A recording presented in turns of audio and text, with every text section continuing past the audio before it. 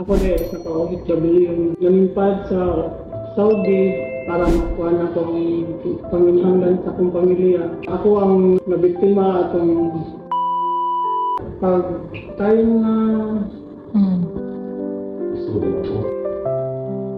ngayon kong tabang nila sa Pilipinas para makuha ko sa akong amo.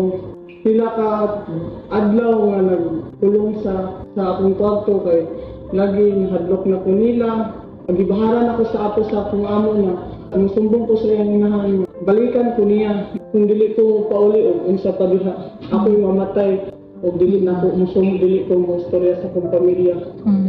Nagpasalamat po ko sa akong pamilya nga ako nila pasagding ilanggi buhat pod ang the best nga tagauwa pod.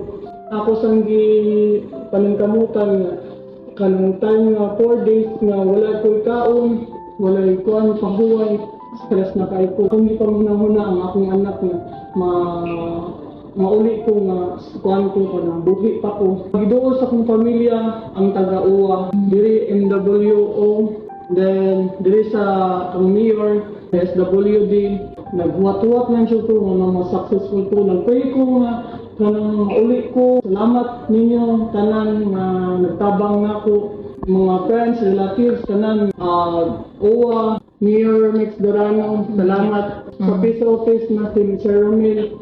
Salamat sir. Sinanday ninyo nga ako mauli ko dayon. Salamat ninyo sa tanan-tanan. Salamat sa City Government of Danao karon nga naanak ko diri. Dako kay ko pasalamat nila.